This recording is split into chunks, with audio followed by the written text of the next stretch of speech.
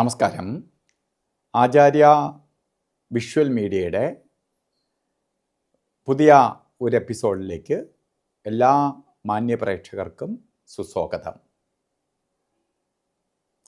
ജ്യോതിഷ സംബന്ധമായ കാര്യങ്ങളെക്കുറിച്ചാണ് നമ്മൾ ഈ ചാനലിലൂടെ പറഞ്ഞു വരുന്നത്. ഇന്ന് നമ്മൾ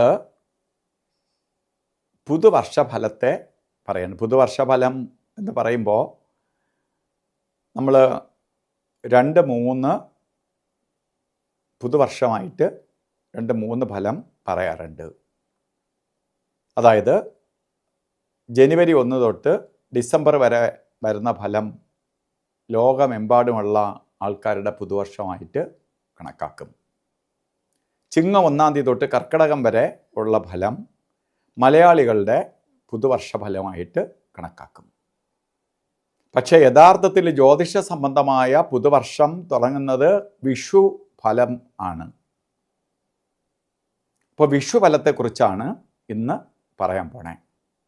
മേടമാസം 1 തൊട്ട് മീനമാസം വരെ ഉള്ള ഒരു വർഷത്തെ ഫലം, ഇതാണ് വിഷുഫലം. ജ്യോതിഷികളുടെ ഏറ്റവും പ്രധാനപ്പെട്ട ഫലമായിട്ടാണ് വിഷുഫലത്തെ കാണുന്നത്. സൂര്യനാണ് പ്രപഞ്ചനാഥൻ. ആ സൂര്യൻ ഉച്ചത്തിലേക്ക് പ്രവേശിക്കുന്ന സമയമാണ് ശരിക്ക് വിഷു തൊട്ട്. അതാണ് സൂര്യഭഗവാന്റെ മാറ്റത്തോടു കൂടി തുടങ്ങുന്ന ഫലത്തെയാണ് ഏറ്റവും പ്രാധാന്യം കൽപ്പിച്ചിരിക്കുന്നത്. അപ്പോൾ നമുക്ക് ഓരോ രാശിക്കാരുടെ ഫലം എങ്ങനെയെന്ന് നോക്കാം. പ്രധാനമായിട്ട് മേടരാശി. മേടം രാശിയിലെ ഫലത്തെക്കുറിച്ച് ചിന്തിക്കുമ്പോൾ മേടം രാശിക്കാർ അശ്വതി, ഭരണി, കാർത്തിക നക്ഷത്രത്തിൻ്റെ ആദ്യത്തെ 15 നാഴിക, ആദ്യത്തെ 15 നാഴികയ്ക്കുള്ളിൽ ജനിക്കുന്നവർ മാത്രമേ മേടക്കൂറിൽ വരാറുള്ളൂ. മേടക്കൂറുകാരുടെ വിഷുഫലത്തെ ചിന്തിക്കുമ്പോൾ, അതായത് 2026 വിഷുഫലം,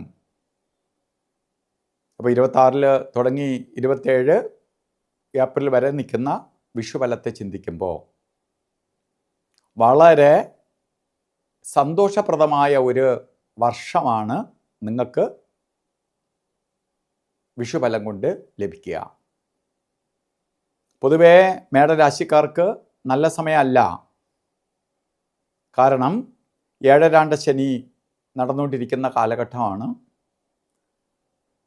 അപ്പോൾ ആണെങ്കിൽ പോലും വിഷുഫലത്തെ ചിന്തിക്കുമ്പോൾ വളരെ അനുകൂലപ്രദമായ ഫലങ്ങൾ ഈ ഒരു വർഷം നിങ്ങൾക്ക് ലഭ്യമാവും.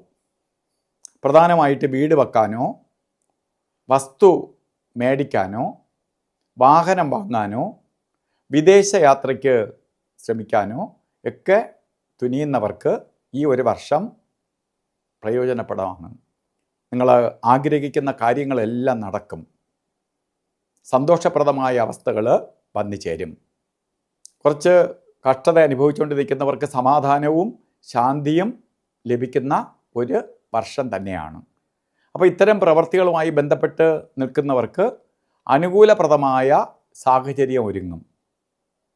വളരെ പുരോഗതിയെ കൊടുക്കുന്ന ഒരു കാലഘട്ടം തന്നെയാണ് മേടരാശിക്കാർക്കെന്നറിയുക. അപ്പോൾ നമ്മൾ അഡ്വാൻസായിട്ട് നിങ്ങളെ അറിയിക്കുകയാണ്. കാരണം ഇപ്പോൾ കുറച്ച് ബുദ്ധിമുട്ട് അനുഭവിച്ചുകൊണ്ടിരിക്കുന്നു എങ്കിലും നല്ലത് വരാൻ പോകുന്നത് നമുക്ക് മേടമാസം 15 തുടങ്ങുകയുള്ളൂ. മേടമാസം 15 ശരിക്ക് 14 തൊട്ട് നല്ല ദിവസം ആരംഭിക്കും. 1 തുടങ്ങും. അപ്പോൾ 15 തൊട്ട് ഫലം പൂർണ്ണമായി നമുക്ക് ലഭ്യമാവുകയും ചെയ്യും. എങ്കിലും നേരത്തെ തന്നെ മേടമാസത്തിൽ വരെയാണ് ഏപ്രിൽ മാസം. മേടമാസം 1 അതായത് ഏപ്രിൽ മാസം 14 1 ആരംഭിക്കുകയാണ്. എന്നാലും അഡ്വാൻസായിട്ട് പറഞ്ഞു തരുന്നത് എന്തെന്ന് വെച്ചാൽ, നമുക്ക് നല്ല സമയം വരുന്നത് കൊണ്ട് കാര്യങ്ങൾ പ്ലാൻ ചെയ്ത് ആ ഒരു വർഷത്തെ നമുക്ക് വേണ്ട രീതിയിൽ പ്രയോജനപ്പെടുത്താൻ വേണ്ടിയിട്ടാണ്. നമ്മൾ അന്ന് നാളെ നമുക്ക് സമയം മാറുന്നു എന്നറിഞ്ഞിട്ട് ഇന്നറിഞ്ഞിട്ട് വലിയ കാര്യമൊന്നുമില്ല. അതുകൊണ്ട് നേരത്തെ തന്നെ ഈ ആൾക്കാരെ എല്ലാം അറിയിക്കുന്നത് നിങ്ങൾക്ക് ഓരോ കാര്യങ്ങൾ പ്ലാൻ ചെയ്യാനാണ്. ഇപ്പോൾ എന്നെ അല്ലെങ്കിൽ എൻ്റെ വീഡിയോ കാണുന്ന സബ്സ്ക്രൈബേഴ്സ് ആയിട്ടുള്ള 60,000-ൽ കൂടുതൽ ആളുകളുണ്ട്. അപ്പോൾ ഇവർക്ക് മുന്നറിയിപ്പ് കൊടുക്കുക എന്നുള്ളത് അല്ലെങ്കിൽ അറിയിക്കുക എന്നുള്ളത് എൻ്റെ ദൗത്യമാണ്. കാരണം എന്നെ വിശ്വസിക്കുന്നത് ഞാൻ കൺസൾട്ട് ചെയ്തവരും എന്നെ കൺസൾട്ട് ചെയ്തിട്ടുള്ളവരും ഒക്കെ ആയിട്ടുള്ള ആൾക്കാരാണ് ഇതിൽ സബ്സ്ക്രൈബ് ചെയ്തിട്ടുള്ളത്. 5 ലക്ഷത്തോളം പേരെ നോക്കിയിട്ടുണ്ടെങ്കിലും ഈ പലരും ഈ 60,000-ഓളം പേര് മാത്രമേ ചാനലിൽ സബ്സ്ക്രൈബ് ചെയ്തിട്ടുള്ളൂ. അതുകൊണ്ട് ചാനൽ സബ്സ്ക്രൈബ് ചെയ്തിട്ടില്ലാത്തവർ സബ്സ്ക്രൈബ് ചെയ്യുക. അതുപോലെ ബെൽ ബട്ടണും കൂടി അമർത്തുക. കാരണം എന്തിനെന്നാൽ ഇത് നമ്മൾ ഓരോ വീഡിയോ ഇടുമ്പോഴും അതിൻ്റെ നോട്ടിഫിക്കേഷൻ നിങ്ങൾക്ക് ലഭിക്കും. മാത്രമല്ല ലൈവ് പ്രോഗ്രാം ചെയ്യുമ്പോഴും നമുക്ക് ആ പ്രോഗ്രാമിനെ കുറിച്ചുള്ള നിർദ്ദേശം നിങ്ങളിലേക്ക് എത്തിച്ചേരും. പലപ്പോഴും നമ്മൾ ലൈവ് ചെയ്ത് കഴിഞ്ഞതിന് ശേഷമായിരിക്കും നിങ്ങളിത് അറിയുക. അതുകൊണ്ട് അത് വരാതിരിക്കാൻ വേണ്ടിയിട്ടാണ് ഇത് സബ്സ്ക്രൈബ് ചെയ്യുകയും ബെൽ ബട്ടൺ അമർത്തുകയും ചെയ്യാൻ പറയുന്നതിൻ്റെ കാരണം. അതുപോലെ ചാനൽ സബ്സ്ക്രൈബ് ചെയ്തില്ലെങ്കിൽ സബ്സ്ക്രൈബ് ചെയ്യുക. ഈ വീഡിയോ ഇഷ്ടപ്പെട്ടെങ്കിൽ മറ്റുള്ളവരിലേക്കും കൂടി ഷെയർ ചെയ്യുക. ഇപ്പോൾ എല്ലാവർക്കും, എല്ലാ മേടരാശിക്കാർക്കും വിഷുഫലം പൂർണ്ണമായി അനുഭവിക്കാൻ കഴിയട്ടെ എന്ന് പ്രാർത്ഥിച്ചുകൊണ്ട് നിർത്തുന്നു. നന്ദി, നമസ്കാരം.